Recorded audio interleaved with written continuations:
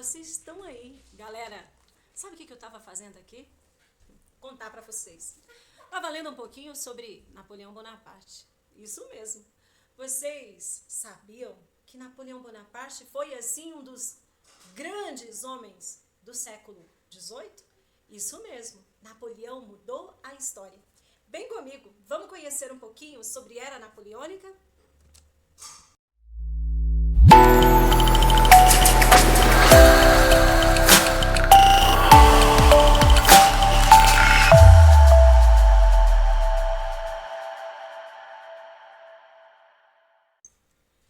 Olá, galera! Dando continuidade à nossa aula, vamos falar de Era Napoleônica. Vocês estão lembrados que nós vivemos os anos da Revolução Francesa, 10 anos de revolução, nos quais nós tivemos a fase da Assembleia Nacional Constituinte. A França passava por grandes transformações, a insatisfação vinha de todos os lados. Tivemos a fase do terror e, por fim, a fase do diretório. Vocês estão lembrados, aqueles que acompanharam minha aula na semana passada no Zoom, que nós comentamos um pouquinho que o governo francês, ele chegava agora, a França chegava ao seu clímax, o clímax da revolução. Parecia que nada mais tinha solução. Pois é, foi nesse momento que, quando foi instituído o diretório, os franceses então vão em busca de alguém que tivesse força, de alguém que tivesse respeito, de alguém que pudesse governar de forma a restabelecer a ordem perdida nos últimos 10 anos. Por isso, no momento que nós estamos, será estabelecido um governo de 3 pessoas. Isso mesmo, o consulado. O consulado era um governo constituído por 3, dentre os quais estava Napoleão Bonaparte. Lembram que eu disse agora há pouco que estava lendo sobre ele? Pois é, Napoleão Bonaparte era um general do exército francês, que incansavelmente estava batalhando nas fronteiras, estava trabalhando contra os inimigos da França. E agora ele vai começar, junto com 2 outros companheiros, a colocar ordem em tudo que havia sido estabelecido durante os anos de revolução. Vocês estão lembrados que o maior sonho da burguesia, isso é, o terceiro estado, era fazer com que os privilégios do primeiro e do segundo estado acabassem. Pois é, sabe, galera, nesse momento da história francesa, Napoleão Bonaparte precisava conquistar a confiança do povo, que era o terceiro estado, precisava, de certo modo, colocar a igreja no seu devido lugar, o clero, e não podia, obviamente, restabelecer o poder dos nobres, mas deveria estar muito consciente que precisava deles para governar. E como é que ele conseguiria estabelecer tudo isso? Pois bem, é isso que nós vamos ver a partir de então. A primeira fase do governo de Napoleão, a fase do consulado, ela vai ser uma fase constituída de muito trabalho e organização, porque nesse período Napoleão Bonaparte precisava restabelecer a França econômica, política e socialmente. E como é que ele vai fazer isso? Bom, Napoleão vai investir em diversas áreas ao mesmo tempo, junto com os outros 2 cônsules. Mas logo vai se tornar evidente que Napoleão era a cabeça pensante. Sabe o que vai acontecer? Ele vai estabelecer o domínio total. Isso mesmo. No dia 9 de setembro do nosso calendário, para o calendário francês, o 18 do Brumário, Napoleão vai se tornar cônsule absoluto da França. E com um detalhe, a sociedade já havia percebido que Napoleão era a cabeça pensante. Por isso, não vai haver nenhum tipo de resistência para que esse poder continue dividido. Sendo assim, mãos à obra. Napoleão Bonaparte cria um banco, e nesse banco uma moeda, o franco.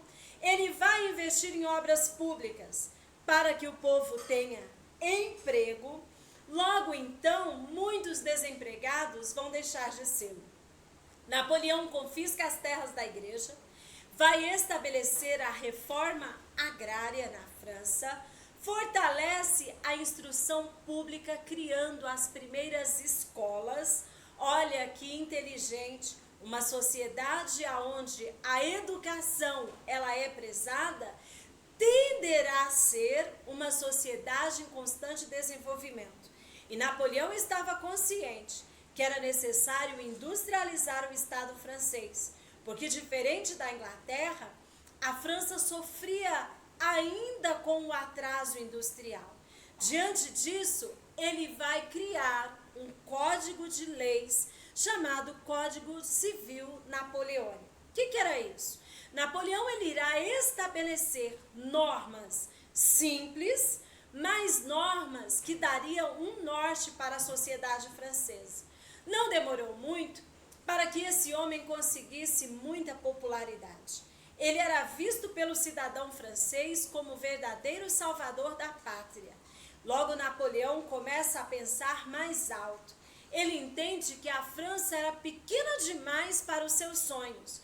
Napoleão Bonaparte começa a entender que o mesmo que ele estava fazendo na França poderia ser feito nos países vizinhos. Só que com uma questão. Boa parte da sociedade europeia da época não via Napoleão com bons olhos. Eles percebiam que o que estava sendo estabelecido na França era uma ameaça ao antigo regime, ou seja, as monarquias nacionais que existiam em outros países.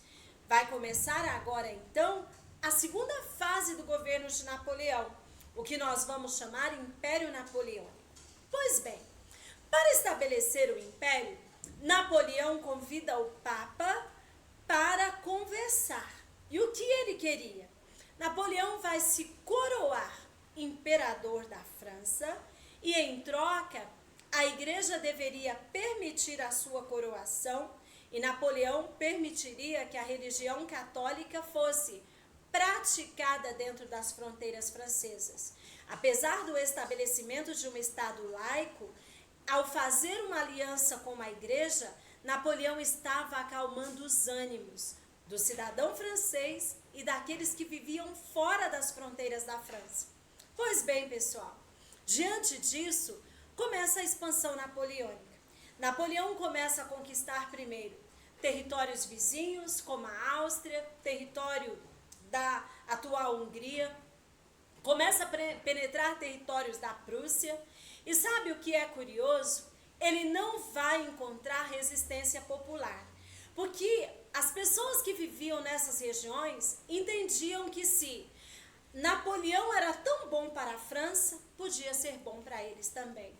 O que eles não esperavam era a exploração que o governo francês fazia, destituindo governantes, colocando nesses territórios parentes. Parentes sim.